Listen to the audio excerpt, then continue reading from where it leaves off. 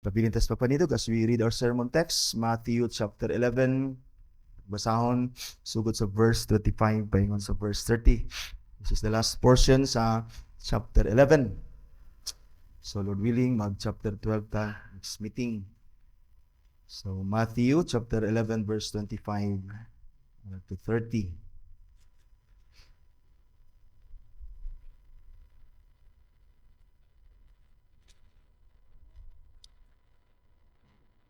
This is God's word for us today, brothers and sisters. Hear the reading of it.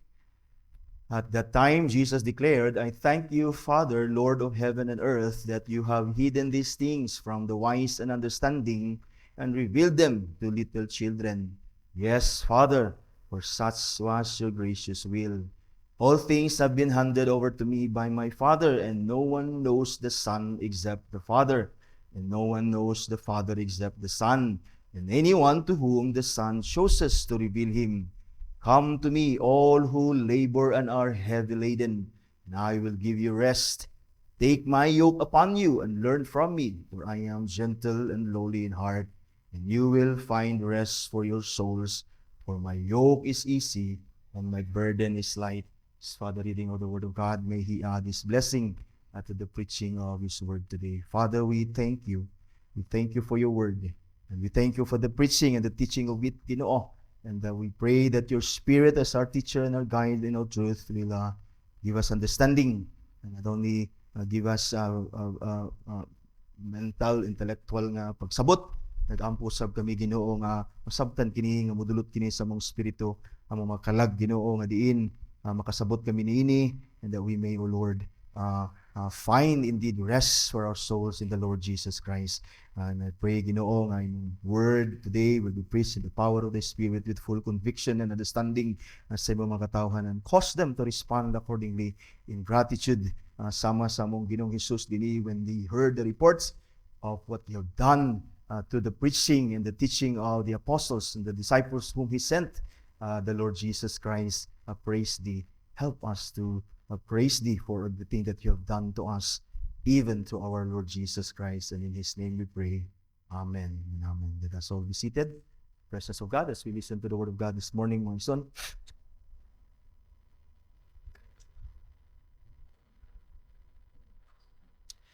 Yan, adiya sa itong mga copy, ako nang kita itulan ng sermon today, mga ison, of our rest in Christ is God's sovereign gracious will. Ang atong kapahulayan, in other words, ang atong kaluwasan, diha kang Ginoong Hesukristo, usa kini ka sovereign o gracious nga will sa Ginoo, mga igsuon. So ato ni nga sabton ug maayo aron nga kita mahimo nga mapasalamaton kay sa Ginoo, magbaton ta og understanding that is God glorifying, mga igsoon. So many, or the Arminians, kabalo man ta sa itong mga studies sa Canons of Dort, that even sa itong pag-abot sa Reformation, kabalo taon sa ning mga Arminians, di ba?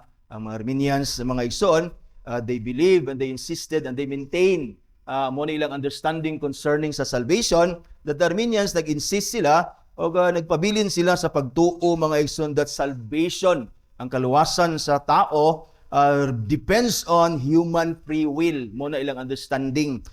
According to them, man must decide whether he will or he will not accept the salvation that is offered in the gospel, because for them, otherwise, man is saved against his will. So ilag yung nag-i-insist nga ang kaluwasan, pagbuot na sa tao, decision ka na sa tao. Di ba, human siya makadungog sa gospel, siya mismo mag-decide kay para sa ilaha, kung maluwas man ta nga wala sa ato ang desisyon, naa sa Ginoo ang sovereign nga will para sa ila, naluwas kita against sa atong will, na violate ang atong will. Muratag mangadtog langit bisag di ta gusto. Di ba? Mo na ang ilahang argument, mga iso. Now, this belief is nothing more than a display sa gitawag og man's arrogance and ignorance of his spiritual condition. Now, kung magbaton ta ani nga hunahuna nga ang atong kaluwasan, ato ng desisyon, ang atong pagduol sa Ginoo, maghulat lang ang Ginoo when He offers the gospel, ang Ginoo paghulat lang diha kay sooner or later magdesisyon ra ko nga moduol sa imuhag, motuo sa imuha. Kini nga understanding sa atong kaluwasan, ang even sa atong pagtuo ni Ginoong Hesukristo, is nothing but a display sa atong arrogance o sa atong ignorance sa atong spiritual nga condition.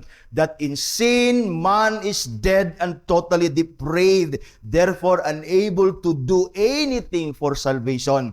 Arrogance because man thinks he can come by his own free will, and ignorance because he does not exactly know how the effects of sin sa iyang kinabuhi that renders man totally depraved and totally unable to come and even to believe in the Lord Jesus Christ. So kung una ta nga atong kaluwasan, atong decision, di ba? And then ang Ginoo dayon nagdesisyon man ta, iya rin tang giluwas. So kung kana atong understanding, display ra na, manifestation na sa atong pride, sa atong sinfulness, sa atong arrogance and ignorance, sa atong spiritual condition. Now, because of this arrogance and ignorance, many believed they had the last say and then would eventually accept the Lord Jesus Christ when they were ready or made the decision to do so. So, kaninga ignorance, nagunahuna ang tao, nga nasa'y last say at the end of the day. If I will choose to believe in Christ, I will choose mga igsoon mo na ilang hunahuna nga sila mismo magdesisyon.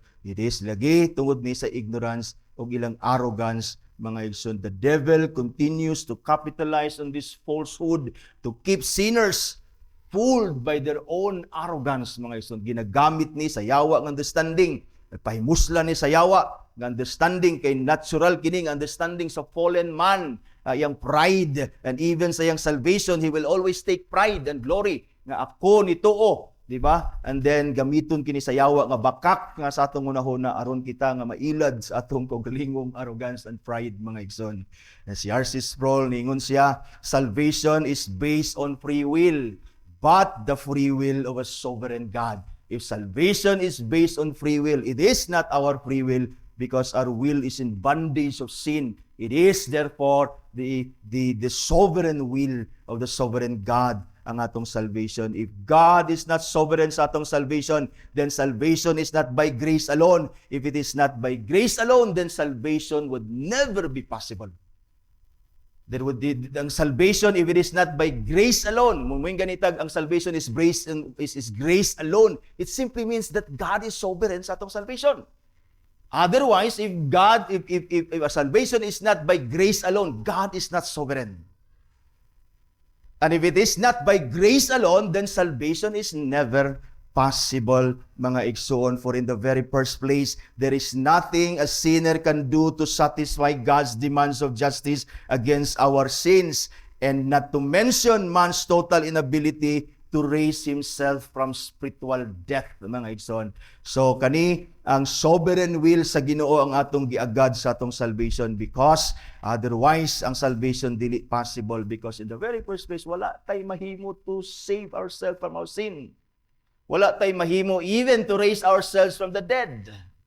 Di ba? Kay kung makabalo pa ta mo raise atong kaugalingon from the dead spiritually, in a spiritual sense, mga igsoon, then ang salvation nag-agad sa atong decision. But truth is, as makita nato sa physical nga kamatayon, walay naa nato nga makabanhaw sa physical nga kamatayon. Mas more sa atong kaugalingong kamatayon later, di ba? Ani nga kinabuhi nig mga matay ta, kung makabanhaw pa ta sa atong kaugalingon, di na ta magkinahanglan og eternal plan na maglubong, di ba? Magpalit og lungon kay banhawon ta na lang ang isag-isa, mga igsoon. But truth is, we cannot and we have no ability to raise others and even much more ourselves from our spiritual death.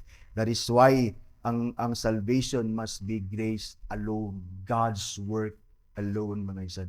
Now, understanding God's sovereign grace in our salvation in Christ is humbling and God-glorifying. That's why thankful ko when I came to the Reformation, when I understood very well, according sa Scripture, and by the help of the Spirit and through the teachers of the church, nga nasabtan ako, what is, kung sa day pasabot sa naluwas ta by grace alone.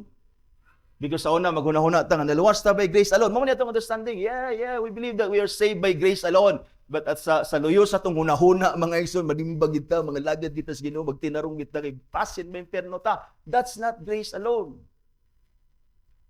Nagtuta nga ang atong salvation grace alone, and yet at the back sa atong mind, maluwas dahi ta, o mamintay na atong kaluwasan sa atong pagtinarong.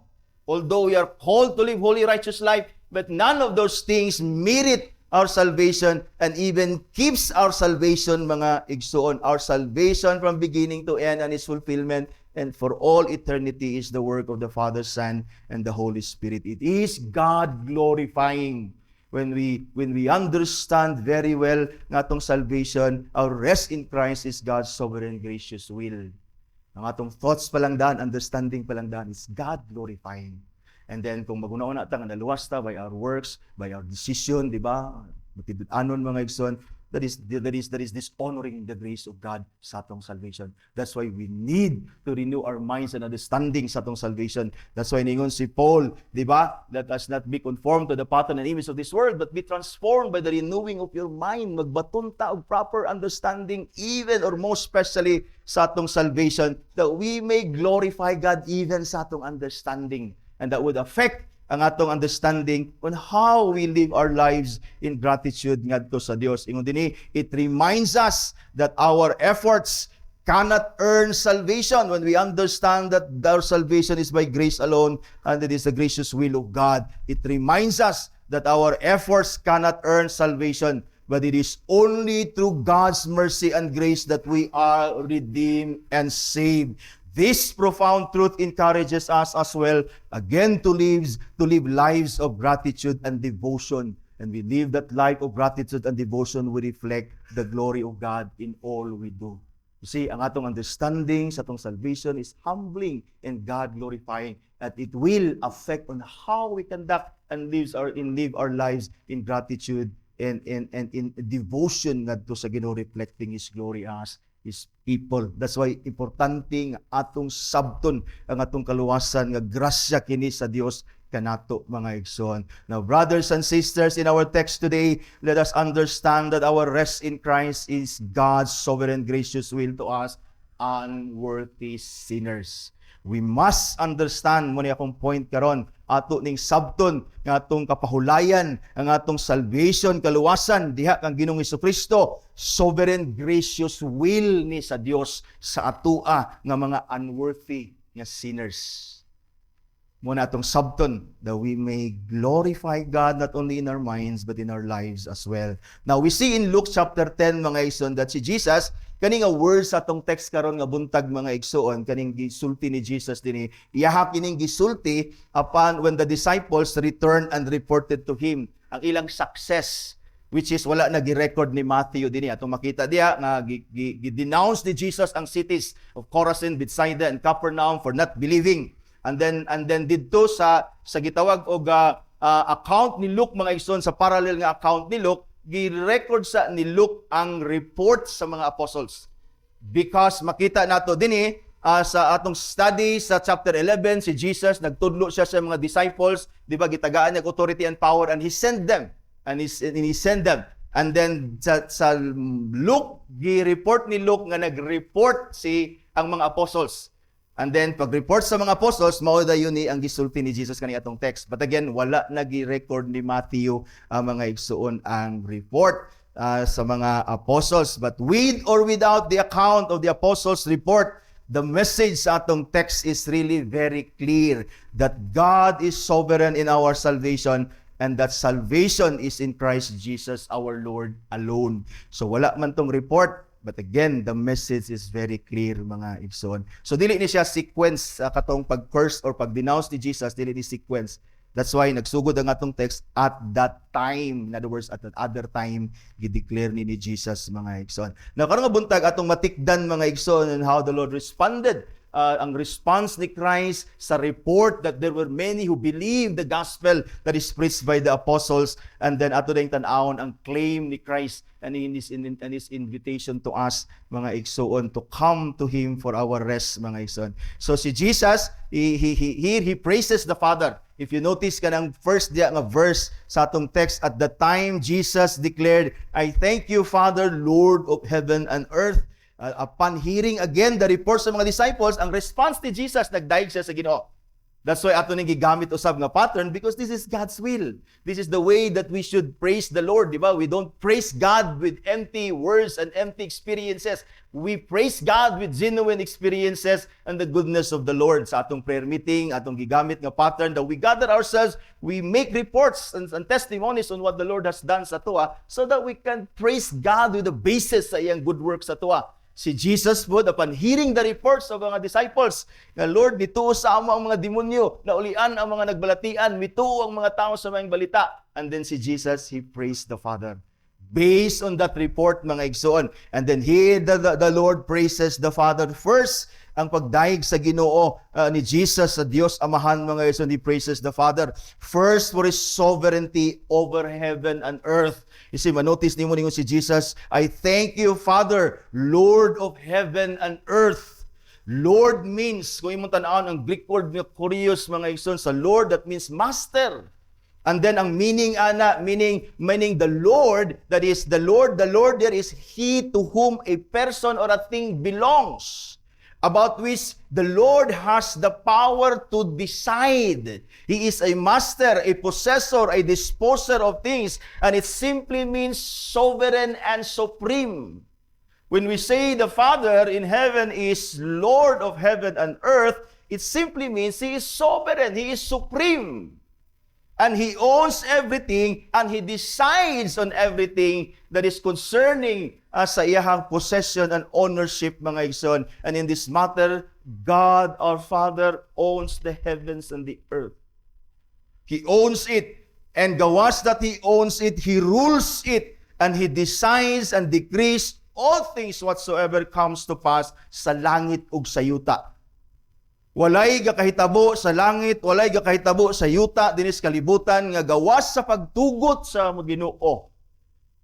Walay mga butang nga kahitabo sa kalibutan, nga ang Ginoo kabantay, ug wala sa iyang kabubuton. Even ang fall sa angels, ug ang fall sa katawan, ang sa humanity, is gibutan na sa Ginoo ang tanan. Walay disgrasya, walay gakahitabo, nga gawas sa iyang pagbuot, bisan ang mga dili maayo nga atong tan-awon nga panghitabos kalibutan ug even sa atong personal nga kinabuhi, kaning tanan gibut-an sa Dios nga hari, sovereign over heaven and over earth, mga igsuon. This is what Paul says when he addresses the Areopagus in Acts chapter 17. Naingon si Paul, the God who made the world and everything in it, being Lord of heaven and earth, does not live in temples made by man, nor He is served by human hands as though He needed anything. God does not need anything. He owns all things.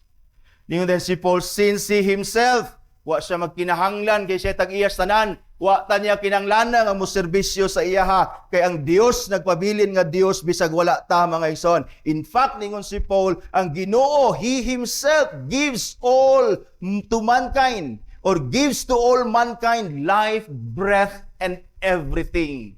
That's why ningon si Peter, ang gihatag sa Ginoo nato ang life, godliness, everything that we need in this life and godliness, God has provided for us.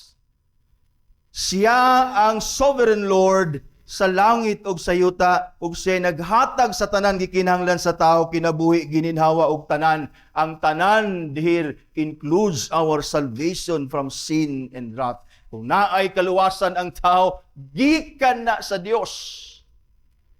Kaya ang tanan, ang Dios nga naghimo sa langit ug sa yuta ug nagbuot sa tanan nga panghitabo niini, siya naghatag sa tanan gikinahanglan sa tao, ilabi na ang gikinahanglan sa tao nga kaluwasan sa iyahang sala ug sa kasuko sa Dios. This is an unequivocal teaching sa Scripture.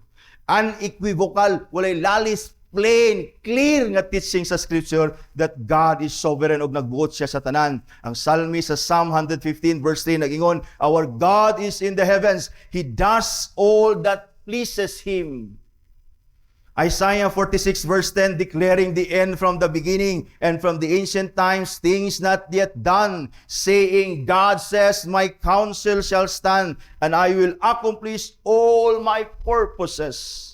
Walay makatwarth, walay makausab, walay makapakyas sa kabubuton o sa katuyuan sa Dios, ilabi na sa kaluwasan sa iyang mga katawhan. Si Daniel sa Daniel chapter 4 verse 35 nag-ingon dinhi ang Ginoo, all the inhabitants of the earth are, or rather si Daniel, all the inhabitants of the earth are accounted by God as nothing. Why? We are all sinners, worthless, unworthy rather of God's favor or God's salvation. So God considers all the inhabitants of heaven on earth, accounting as nothing. Ningon din si Daniel din, and he does according to his will among the hosts of heaven, and he does according to his will among the inhabitants of the earth. Why God does everything according to his will, heaven and on earth? Because he owns heaven and earth. That's why he rules it and everything that happens to it, especially mga igsuon, ang kaluwasan sa mga makasasala diha kang Ginoong Hesukristo. Ngayon din si Daniel, and none can stay his hand or say to God, what have you done? You see, walay makainana sa Ginoo. Unsa man imong gibuhat? Unsa man imong gibuhat? Siya'y magbuot. Di man nato masabtan ang tanan gibuhat sa Ginoo, but ang tanan gibuhat sa Ginoo puros kana maayog resultas kaayuhan sa iyaha nga mga preachers, because God himself is good. We must submit to God's will. Gawas nga He knows what He is doing. God knows what is best for us because He is omniscient, He is good, He is righteous, and then He does whatever He pleases at all because we are His. He owns us. He owns us by right of creation, and for us who are in Christ, God owns us by right of redemption. That's why we must submit to God. Let us always praise God for whatever He wills for us. Dinis kalibutan, itugot man sa Ginoo ang kahayahay o ang kalisdanan nga atong agian sa pagpangalagad sa Ginoo, pag kinabuhi diya kang Kristo, let us always be thankful to God because He knows what He is doing. That is by God's providence. In fact, ningon si John Flavel, when you think of yourself otherwise karon sa imong kahimtang, think of yourself, una ka sa kahimtang sa kalisdanan, think otherwise. Think of yourself as very rich. And then when you think of yourself as rich kayo, dato kay ka sa ngatanan karon. And then you're saying that God's providence is wrong sa imong kalisdanan karon, and think that you are rich, you'll never find yourself in Christ. Wa ka dinhi karon. Certainly wa ka dinhi karon. Muna naingon siya na kung magunahuna kang mas dato ka sa imong kahimtang karon, you say that God's providence is wrong. And then later on you will see yourself, kung mao na imong kahimtang dili karon, dili inani karon, wala ka sa pagpangalagad sa Ginoo. And then think of yourself, nga baskog kay ka na mga tao nga nakaduol sa Ginoo, mga igsoon, tungod sa ilang balatian, tungod sa ilang kalistanan. That is God's good providence. And then there is no reason for us to complain sa atong mga kahimtang. Ang Ginoo'y nagbuot ana. Wala na magpasabot nga mapabilin ta diya nga di lang ta maningkamot nga magtrabaho, mangita nga mauswag atong kinabuhi mga igsoon. But imong manotice bisag kung saan imong paningkamot naagi limit ibutang ang Ginoo sa imo. It is because siya ay nagbuot sa tanan. God knows what is best for us mga igsoon. Kung maghunahuna ka nga mas maayo siguro madato ko sa unahuna sa Ginoo, dili. That's why inana atong kahimtang karon. But let us be thankful to the Lord and be contented kung unsay gihatag sa Ginoo sa tuwa. Solong sa ingon ni Pablo nga nalantay sulubon, nalantay kaunon, okay na na. Kung unsa man daghan kay itong sapatos, ya duha ka buka tong tiil. Daghan kay itong balay, di na to mapuy-an tanan. Mapuy inas uban. Di ba? Daghan kay tag kwarta nga di na nato gakahurot. Nga itong kwarta, gakahurot na lang sa sigig, bayad na ito sa mga utang. Matod pa, ayaw, impase, bayri lang. Ihatag sa uban, share sa uban. Di ba? Pagbuot na sa Ginoo tanan panghitabo sa atong kinabuhi, mga igsoon, because He is sovereign over heaven and earth, and then He rules us, even our lives, He directs us.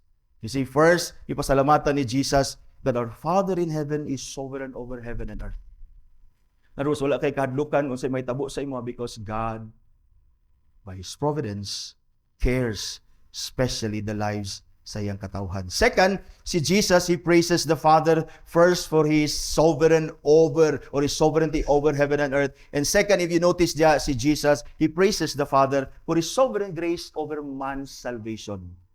You see, gipakita ni Jesus nga di lang ang Dios sovereign sa langit ug sa yuta, gipakita po niya that ang salvation sa tao sa iyang sala is God's sovereign grace. Verse 25 again and 26 ningon siya, at that time Jesus declared, I thank you, Father, Lord of heaven and earth, that you have hidden these things from the wise and understanding and revealed them to little children. Yes, Father, for such as your gracious will.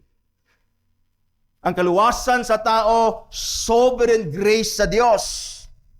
God is hiding and revealing these things as was His gracious will.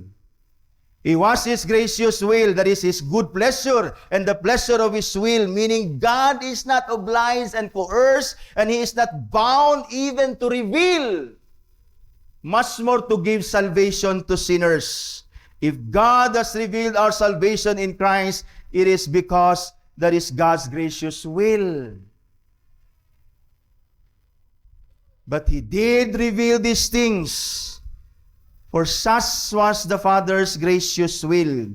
Now, these things na gipasabot ni Jesus din in context, mga igsoon, must mean the things according or rather concerning the kingdom of God. The gospel of salvation mo na nga things, because ang context din is the gospel of heaven, the gospel of God, nag-preach ni Christ, nag-commission ni Christ, gipadala ni Christ even at this time sa training sa mga disciples to preach the gospel of the kingdom, which is nadia ang gospel of repentance, hence salvation, mga igsoon. These things, in other words, means the salvation of sinners.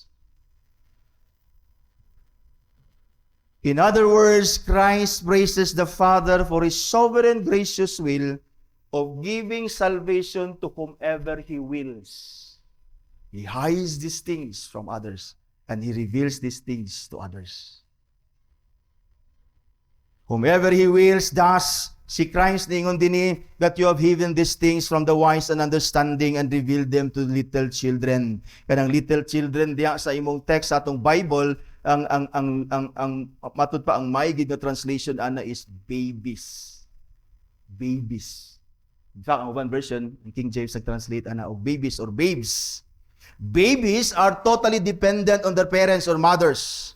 Therefore, babies or little children here are those who are conscious of their dependence on others.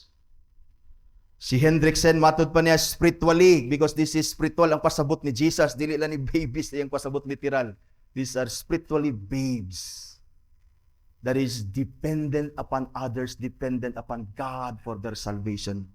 Si Hendrickson, ningon siya spiritually, therefore babes are those who humbly confess their own nothingness, their emptiness and hopelessness, and who, being thoroughly aware of their absolute dependence upon the might and mercy of the Heavenly Father, betake, that is, commit themselves to the Father, trusting that from Him they will receive whatever is necessary, so that enjoying salvation full and free, that they may live lives of gratitude to His glory. In contrast to the wise and understanding, they are wise and understanding, they are wise on their own eyes. Na perhaps when Jesus, mga igsoon, gihatag na ni nga contrast, that the Father reveals this thing to babies and hidden these things to the wise and understanding, perhaps si Christ sa iyang time na sa iyang hunahuna ang mga Pharisees, Sadducees, and the scribes.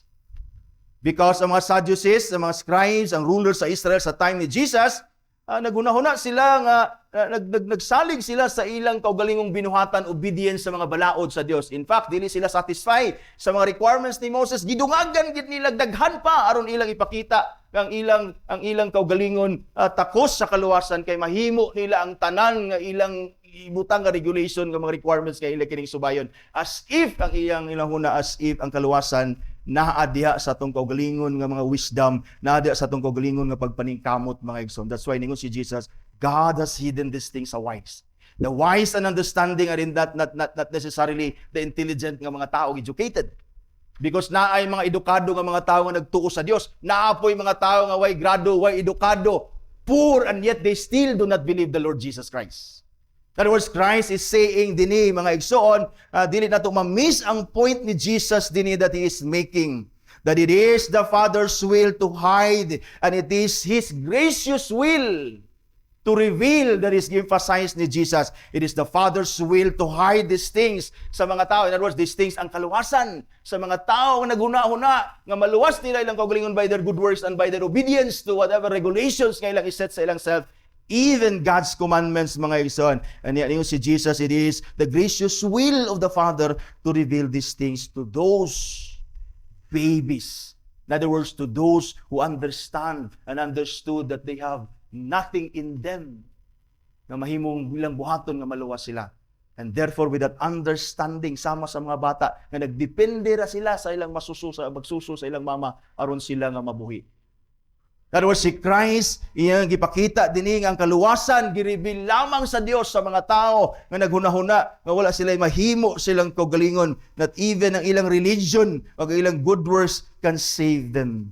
In other words, it is not our will and decision that led us to our salvation, muna pasabot ni Christ. It all began, in fact, in the Father's revelation of all things necessary for our salvation in His Son. Asa man nagsugod ang imong kaluwasan, nagsugod na sa Dios nga nagpadayag sa atong kaluwasan, diya mismo kang Ginoong Jesucristo, because there is nothing to believe and to put our trust upon unless or otherwise nga makabaluta sa gospel sa work ni Christ sa atong salvation. Nagsugod ang tanan atong kaluwasan, mga ison, sa pagpadayag sa Dios sa tanan atong gikinahanglan sa atong kaluwasan diya kang Ginoong Jesucristo. You see, dili ni kay gihikaw sa Dios sa mga maalamon, sa mga bright, edukado ug mga dato ang kaluwasan, ug gihatag ra niya sa mga pobre, ug gihatag ra niya sa mga taong unedukado. Dili na pasabot ni Christ. Simple ang pasabot ni Jesus, mga igsuon, nga dili sa itong kaugalingon desisyon na nakabaton ta og kaluwasan. Nga naman, bisan si Apostol Pablo, katong gibasa kaganiya sa Acts chapter 9, mga igsuon, nga nagitawag nga si Apostol Pablo, nga gitawag pa siya Saulo dinhi, mga igsuon, atong na-remind ta kaganiya sa itong pagbasa sa Acts chapter 9, nga si Paul was an intelligent, educated nga tao. And then gawas nga edukado siya, educated siya, intelligent siya nga tao, knowledgeable siya sa scripture, wala siya tinguha sa kang Ginoong Jesucristo. Wa siya desire, wa siya tinguha nga moduol labaw sa tanan, wa siya tinguha nga motuo ni Ginoong Jesucristo nga iyahang i-trust iyang self ug iyang salvation diha kang Christ. Because si Paul ang iyahang kaluwasan naa sa iyang obedience sa law as a Pharisee. Si Paul edukado man, si Paul maalamon man nga tao, and yet si Paul wala niya nakita yung pagpanginahanglan ni Ginoong Jesucristo. And yet the Lord showed mercy upon him on the road to Damascus. You see, naitaw nga malamon, naitaw nga wa nagtinguha, and yet giluwas sa Dios. So ang punto ni Christ din wala sa ato ang pagbuot sa atong kaluwasan, na sa Dios. Even sa atong pagbaton o pagsabot sa gospel, as si Paul din pag-encounter niya kang Christ, all are encounters from Christ. And all the panahon nga nakadungog ta sa gospel, it was the will and the gracious will of the Father to reveal these things to us. Paul's conversion, in other words, brothers and sisters, is clear evidence that our salvation is God's sovereign and gracious will, and is never based on our will and decision even to come to Christ. Paul never had this. In fact, he had all the opposites of it. No will, no decision to come to Christ, no decision to believe in the Lord Jesus Christ, and yet Paul ended up to be one of the most true believers of Christ. Way tinguha.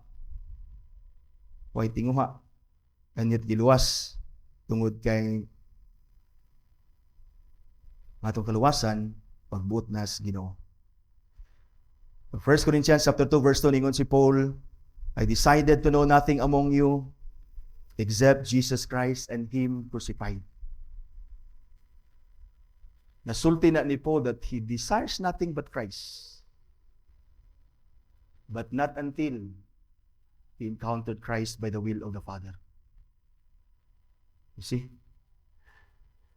In other words, kung naamay panahon nga niingon ta sa itong kaugalingon that we believe in the Lord Jesus Christ, kung nakain ka sa imong self, I truly believe the Lord Jesus Christ.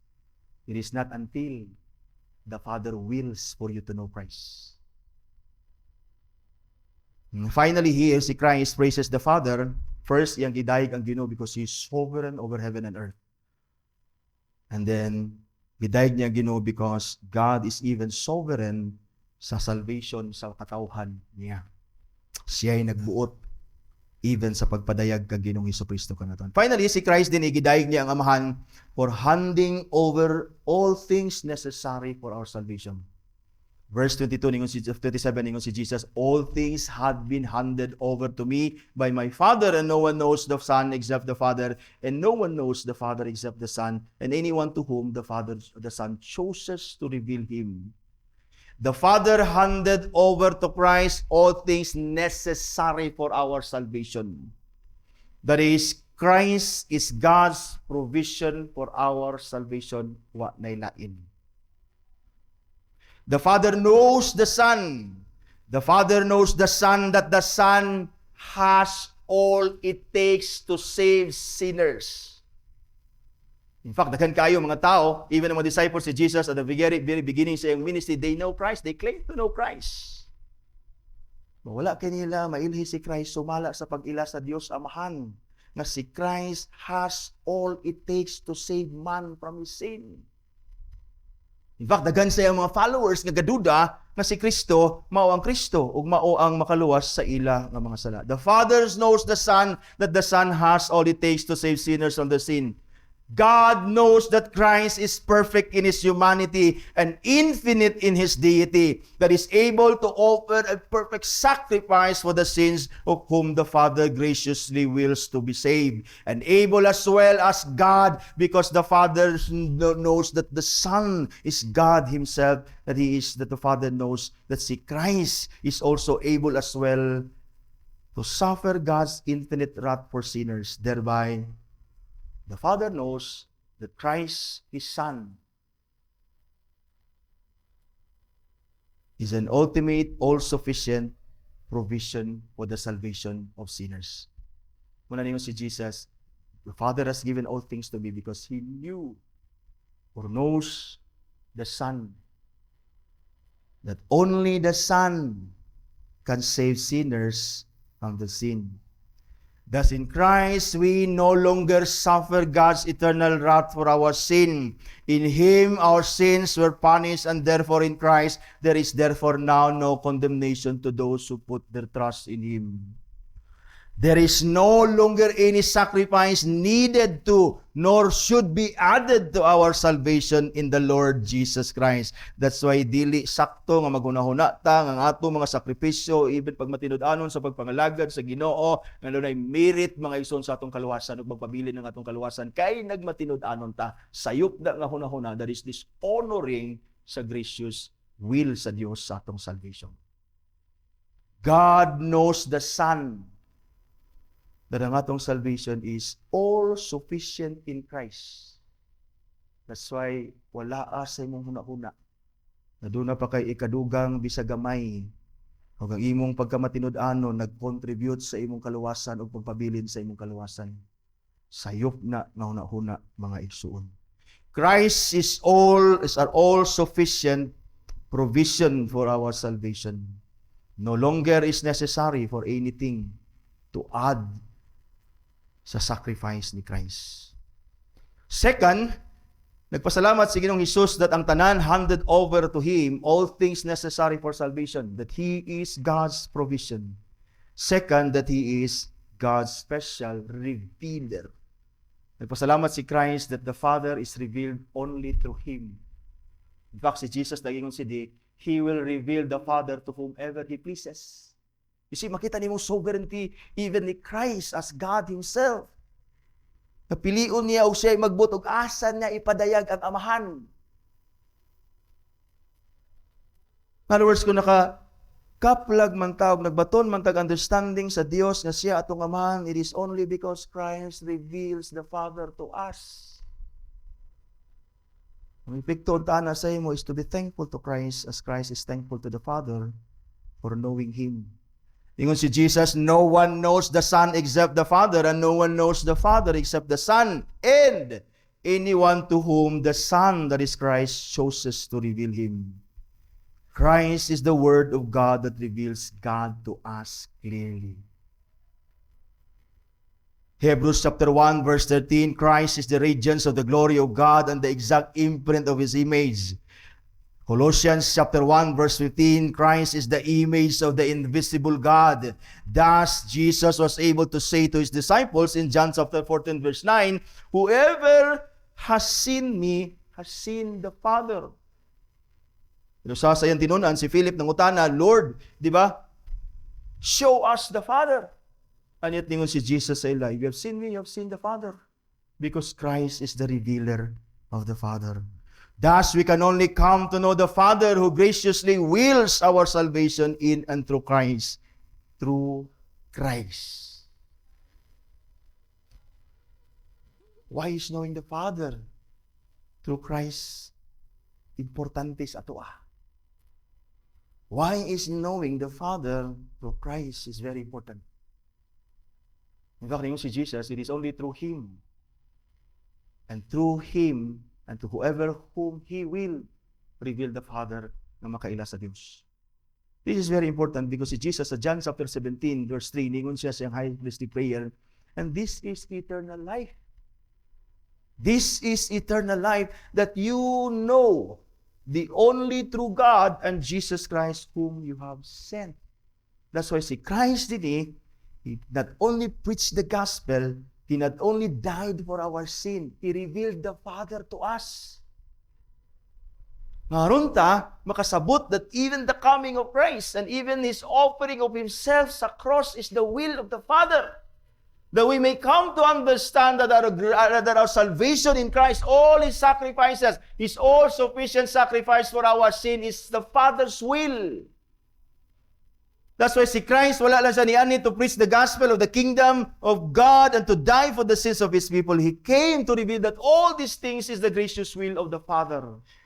Because to know the Father through Christ is eternal life. That is why today, Christ must still be proclaimed, for only through Him that the Father's gracious will of salvation to sinners are known and revealed. Importante na nga masabtan nato ang atong rest ni Christ is God's sovereign gracious will. That's why we know and we must know the Father, even in the proclamation of the gospel. All things have been handed over to me by my Father, and no one knows the Son except the Father, and no one knows the Father except the Son, and anyone to whom the Son chooses to reveal Him. Christ is saying here, brothers and sisters, that all things necessary for our salvation is in Him, given by the Father, and in Him we can only know the Father as well, who wills for our salvation. That is, to know the Father is to have an intimate relationship with the Father. Because only through Christ we can find forgiveness of all our sins that separated us from the Father. And only in Christ there are sins that removed that separated us from the Father, and therefore only in Christ can we find rest sa atong soul, that God is no longer wrathful sa ato. That we are no longer subject sa wrath sa Diyos, and therefore we find rest in Christ alone. Das dini mga ison, human ni Jesus atong agian, human ni Jesus gidayeg ang Dios Amahan mga ison for His sovereignty over heaven and earth, for His sovereign grace over man's salvation, and then for praising God for handing over to Himself all things necessary for our salvation. Das dini dayon sa verse 28 to 30, the remaining verses sa atong text. Jesus then now, kay naman saya ang tanan, He now invites sinners to come to Him for salvation. You see, in siya, come to me all who labor and are heavy laden, and I will give you rest. Take my yoke upon you and learn from me. Ingon siya din, for I am gentle and lowly in heart, and you will find rest for your souls. For my yoke is easy and my burden is light. Sakto kayo ni nga gisulti ni Jesus after praising God and making known to us that the Father is sovereign over heaven and earth, that the Father is gracious, or sovereignly gracious over our salvation, and that all things necessary sa atong salvation na kang Christ. Therefore, He has the right to call sinners to Himself. Come to me, because He alone has all things necessary for our salvation. In fact, Christ is our salvation. In other words, Christ inviting sinners to come to Him is inviting sinners to have salvation through Him. That's why si Peter niingon siya, because only through Christ is our salvation, because He is the only provision for our sin that God has given. Si Peter niingon siya, Acts chapter 4 verse 12, and there is salvation in no one else, for there is no other name under heaven given among men by which we must be saved. And that is only the name of Jesus Christ. Sama po ni Apostol Pablo, mga isun, ingon po siya sa 1 Timothy chapter 2 verse 5, for there is one God and there is one mediator between God and men, the man Jesus Christ. Because Christ is God's only provision, all sufficient provision for our sin. Walay lain. Kung na may magpataliwala sa tao between God, an angry God, and a sinful man, that is Christ Jesus, who paid the penalty of their sin, who satisfied and appeases God and satisfied God's demands of justice against our sin. And therefore, only in Christ can we find rest for our soul, that God is no longer against us. Because He alone died for our sin, and He alone satisfied God's demands of justice against our sin. Christ is God's sovereign grace of salvation for sinners like you and me. Christ alone is God's sovereign grace of salvation. And notice here si Jesus, mga igsoon, tanawa, whom He calls. Kinsay gi-invite ni Christ. First, ningon siya kaganiha that the Father hid these things from the wise, and He reveals these things to babes. And now, si Christ, He's not calling all. He's not calling all. Because if God has not revealed these things to all, and therefore Christ must not call all. Otherwise, He goes against the will of the Father. And so here si Christ, notice whom Christ calls and invites. He said, come to me, all who labor and are heavy laden.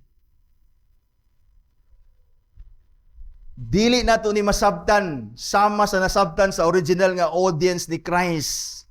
He was talking and speaking here to the Jews. Many of us do not labor nor are heavy laden and burdened concerning our salvation. Many of us, in fact, do not bother about our salvation. Do not labor. Wata maghunahuna ana.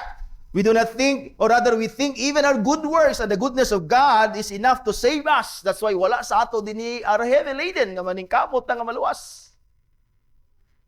But in Jesus' time, the Jews who grew up under the Old Testament laws, with all those requirements under the law of Moses, misunderstood. The think of the Jews who grew up dito sa gitawag og law ni Moses, daghan kay requirements dito. Daghan kayo do's and don'ts. And what makes it worse sa ilaha mga igsoon, that's why na-burden sila maayo, because of the misunderstanding of the law.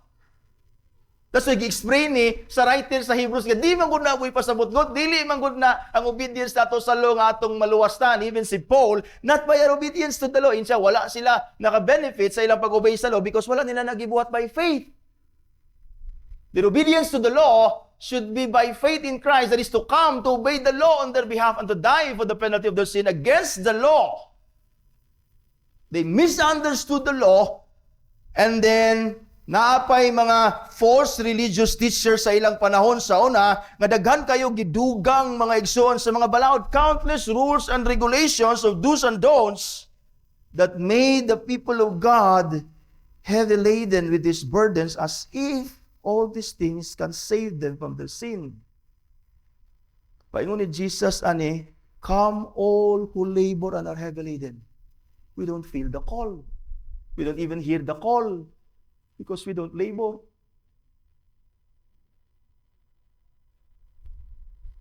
Many of us disobey the Ten Commandments. Wala din sa tuwa nga, buhaton ko ni, kay basin na impirno ko. Wala na. Because nakabalo naman ta sa gospel. But even sinners who are not in Christ, unaman din sa tuwa sinners who are not yet still in Christ. Wala ni galibor sama sa mga Hudiyo. Naningkamot sa pagsunod sa balaod ni Moses, pag-offer sa mga sacrifices, paghimo sa mga gi-require sa mga Pharisees, false religious leaders. They labor. They were burdened ani nga mga butang. Why? Because they want to be saved. In other words, si Christ, though dili nato gakabati ang ilang nabati mga igsoon, but here Christ is calling. Even sa atong panahon karon o sa ilang panahon, Christ is actually calling those who wants to be saved from their sin. That is the call. Gitawag ra sa Dios ang mga taong gusto maluwas. Yan na may di gusto maluwas. Tapos pwede sila gapaningkamot. Mabuduol sa Ginoo. So the call, the invitation is actually for those who want to be saved from their sin, knowing that there is nothing they can do to save themselves from the wrath of God. But the question is, do you want to be saved? Muna yung pangutana. O maluwas, okay raw, dili, okay raw po. You see, Christ is not calling you. Christ is calling those who are desperate for their salvation. That's why sa ilang wrong understanding, they obey the law. Bisag burden kayo, they obey the law because they wanted to be saved. They obey the law. Sa wala na lain pang rason. Ang rason is gusto sila maluwas o ang pangutana karon. Kaya si Jesus nagtawag ra sa gusto maluwas. Do you want to be saved? And the answer most of us will give is yes, of course. Muna itubag. That's why sa una, sa Pentecostal ta, kung musya ta gospel, mag-altar call ta, ipataas ang mga kamot sa mudawat, tanan mudawat. Kaya walay buang nga di mo dawat o kaluwasan, o walay buang nga di gusto maluwas. The answer most will give aning a question of do you wanna be saved is of course yes. Kinsa may di gusto maluwas. But the price. Kung balikon, gusto ta maluwas. But the next question that we must answer is, are we willing to come to Christ? Because they're not the same thing. It is one thing nga gusto ka maayuhan sa imong balatian. It is another thing nga madto kag doktor para madawat nimo imong kaayuhan. Many want the blessings of God. Daghan tawo gusto niya ang tanang panalangin sa Dios, apil ang kaluwasan. Munay gusto sa mga tao. Gusto silang langit, gusto sila tanan. But dili sila gusto muduol ni Christ. Because when you come to Christ, it means coming to Christ means believing in Him. And believing in Christ is to forsake all things, to forsake all your sin, and to follow Him faithfully the rest of your lives. That's why daghan mo tuo, di lang gaduol. Si Christ din is calling you to come to Him. If you wanna be saved, because kabalo ka nga walay butang nga imong mahimo nga maluwas ka, and you're willing to forsake all, especially your sin, and follow Christ for the rest of your life, ikaw ang gitawag sa Dios to come. Come to Him. And notice what He offers. Wala siya nag-offer og palasyo, mansion, mayang negosyo, sakyanan, health, wealth. Tanawon siya gi-offer ni Christ. This is what we need. Come to me, all who labor and are heavy laden, and I will give you what? I will give you rest. Gibalik ni Jesus sa verse 29, rest for your souls. Rest because those whom He invites, ang original audience, nag-invite ni Christ, they labor so hard. That is, sa atong time, those who worry and are troubled for their salvation from God's wrath. And second, rest as well because those who come to Christ, dili lang siya makarest sa pag-obey sa rules and regulations, thinking na makasave na saya. He will find rest of his soul. Why? He will have peace with God. When you come to Christ, nag-offer si Christ og rest nga di na ka mag-labor for your salvation. Your obedience to the law must be your gratitude to your salvation, not a merit sa imong salvation. Think about that. Think about the rest. Kapahulayan sa imong pagbudlay sa imong kaluwasan o sa pagtipig sa imong kaluwasan nga diyon ta ni mawala sa kuwa. Tungod kay wrong ang imong understanding. And when you come to Christ, and He will make you understand that your salvation is God's gracious sovereign will. And He came here as your sufficient, all-sufficient provision for your sin. Nothing is needed from you. You will find rest. And your obedience will become joy. And gratitude, you're coming to Christ and you're coming to the Lord's Day, will be glad and thankful. It is because you understand that you had nothing and that is no requirements is required sa imuha. And that's why you come every Lord's Day reminded of your rest in Christ. That in Him, you no longer labor for your salvation. And in Him, the second rest is you will find rest for your souls because God is no longer against you. You will have peace with God for your soul because your sins are forgiven in Christ.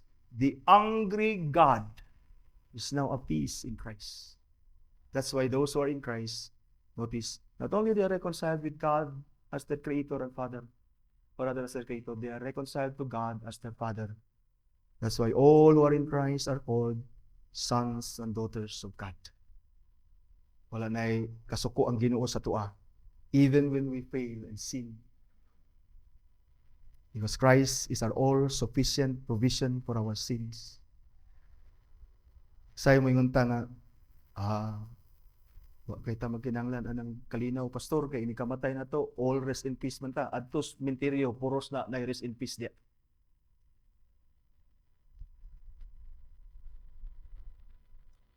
And only those who will die in Christ will ultimately have rest in peace. Because only they have peace with God and therefore have rest for their souls. Think about the offer. Na ay mga dato na ay sayan tanan, butang sa kalibutan, and yet his soul is restless. And their soul will never find rest after they die. Plus even si Job nag-ingon, hubo ko na niabot, hubo ko nga magawas. Bisag unsa pa imong bahandi, niglakaw na to sa kalibutan, biyaan ta ang tanan. Ang atong dadon, ang kalinaw ra nga atong nabatunan ng Ginoong Hesukristo. Our rest in Him. I hope nga magunahuna kag maayo. Unsa ka importante ang rest nga gi-offer ni Christ. Otherwise, you will be restless in hell for all eternity. You will be restless in hell for all eternity. And notice mga igsoon, although salvation is God's sovereign gracious will sa to, it's all free.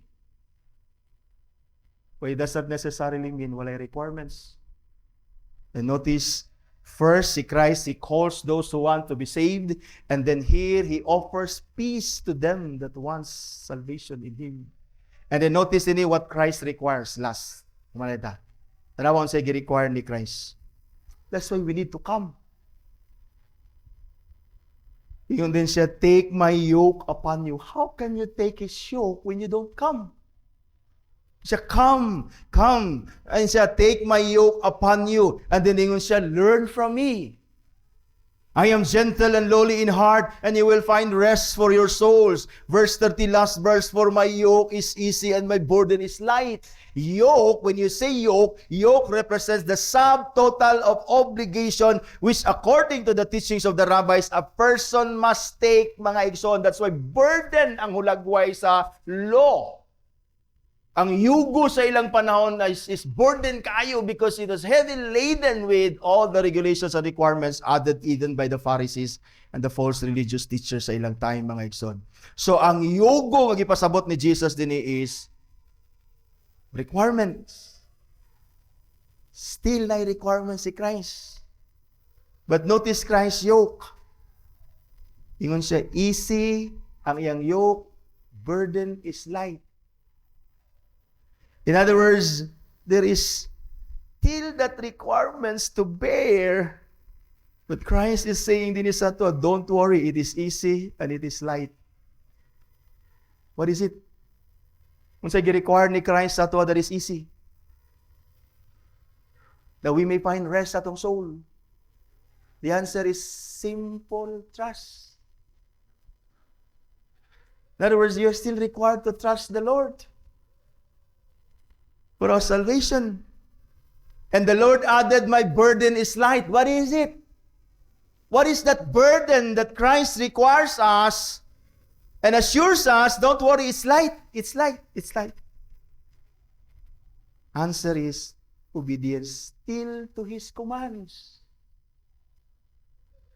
But notice ang sagingon ni John sa John, because usay maghuna-una ganitag command sa Ginoo, burdensome kayo. Nagingon si John sa 1 John chapter 5 verse 3 and 4. So this is the love of God. In other words, Christ is saying, dinis ato my burden is light. To love God. It is light to love God. And to love God is that we keep His commandments. And His commandments are not burdensome. Now that we are in Christ, we are still required to obey the law. But that is not no longer burdensome because our salvation is never determined by our obedience to the law. Our obedience to the law determines our love for God. That's why dingon si Christ, it's light, not burdensome. Because your obedience to the law, wala diya imong salvation. It is only your expression, your gratitude and love for God, who graciously wills your salvation. That's why dingon si Christ, come, believe in me, obey me.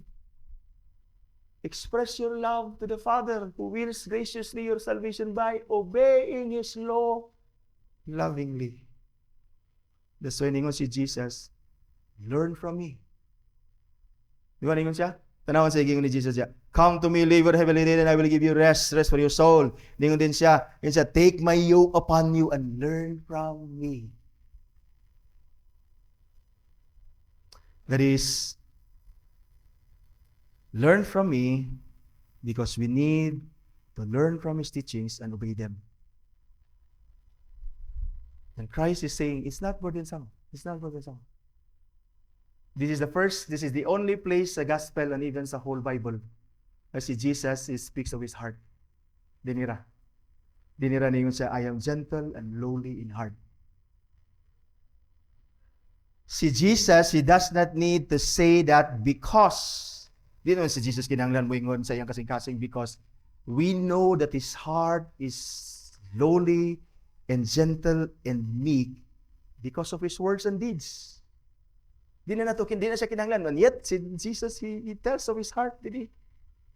Pero He tells of His heart din so that we must come to Him and so that we must believe and learn from Him, because He will never ever drive us away. Dili si Christ sama sa uban teachers that when you don't learn and when you fail to learn and you fail to obey Him, He will scold you. That's why iyang gipakita sa tuwa, I am lowly and gentle in heart. Because He's inviting us, mga ison, this tanawa, this is the only place na gipadayag ni Jesus iyang kasing-kasing. Gituyo ni Jesus because iyang pagpadayag siyang kasing-kasing should remove all fear of coming to Christ. Because ay mahadlok ta, makapasar baka ako, makahadlok ta, modul, makasasala man ko, dawaton baka ako. Ang imong pagduol ni Christ, mga ison, dili na sama sa imong pagpang-apply trabaho nga nay puruhan di ka madawat kay di ka qualified. Sa pagmadawat, pagpang-apply ng trabaho, ang atong mga failures, ang atong kakulangon, mo nay rason nga di taga kadawat. But kan Christ is lahi. Dili ang unsay naa nimo na perfection, because wala tay perfection and goodness and righteousness. In fact, when you come to Christ with all those sins, He will never drive you away. Because He's gentle and lowly in heart.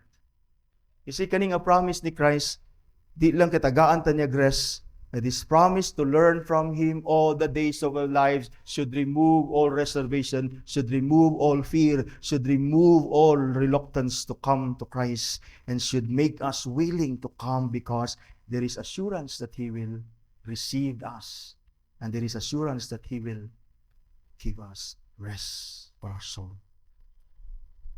What Christ requires is faith in Him. And we know that faith in Christ is even a gift of God for those who come to Christ. See, kita niyo? He invites us, and what He requires of us to simply trust in Him. Kana even nga trust is provided by God to those who come to Christ. This shows us that indeed our salvation is God's sovereign gracious will to us, unworthy sinners. Because even the faith that we use to trust Christ is God's provision sa toa. Uban kang Christ. That's why makaingon ta, indeed, our rest in Christ is God's sovereign gracious will to us, unworthy sinners who have done nothing but sin. Therefore, brothers and sisters, our response is this. Together with Christ, but knowing all these things, together with Christ, let us praise God for His sovereignty over heaven and earth. Salamat ta, and let's be thankful to the Lord that He owns us. He owns the world. He owns even this sinful earth and sinful world, and that He shows us in His world that in His word that He owns us even after the fall, even in all corrupted world. God owns us. Especially those who are in Christ, He owns us. Magpasalamat ta that He is sovereign, dili ang yawa. Dili man nimo angay kapasalamat that bisag default sa sin and we belong to the kingdom of Satan under his dominion, and yet ang Dios nagbuot. That's why ipagawas sa Ginoo kinsa iyang gusto ipagawas in Christ from the kingdom of darkness. That is why let us be thankful to the Lord that we are, rather that God is sovereign over heaven and earth. Second, together with Christ, let us praise God for His sovereign grace in our salvation. It is not our will or a decision even to believe and come to Christ na maluwas ta. It is the will, gracious will of the triune God, the Father, the Son, and the Spirit. In fact, the only reason why we are kept saved is because after the Father wills our salvation, Christ came to provide the necessary things for our salvation. The Spirit indwells us that we may be kept saved graciously in Christ. Third, mga isan, let us praise God for handling over to Christ all things necessary for our salvation. Salamat kayo that si Christ is all sufficient provision for our sin. Let us praise God for that, kaya wala na requirement sa atua whatsoever, wala na requirement maski gamay sa atua. And let us be thankful to God that everything is handed over to Christ for our salvation and even for the revelation of who God is. And finally, mga ison, and lastly, let us praise God for Christ. And not only coming to proclaim the gospel of the kingdom, let us praise God for Christ, for as our provision, He indeed offered Himself sa cross. And then let's continue to be thankful to Christ because He calls us, He invites us, and we know God's call is effectual. It is always effectual, that we may find rest in Christ. Rest for our souls.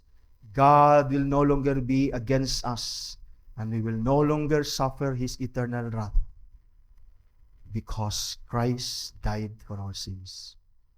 Brothers and sisters, our rest in Christ, our salvation in Him, is God's gracious sovereign will. Let us praise Him. Let us praise Him all the rest of our lives and for all eternity.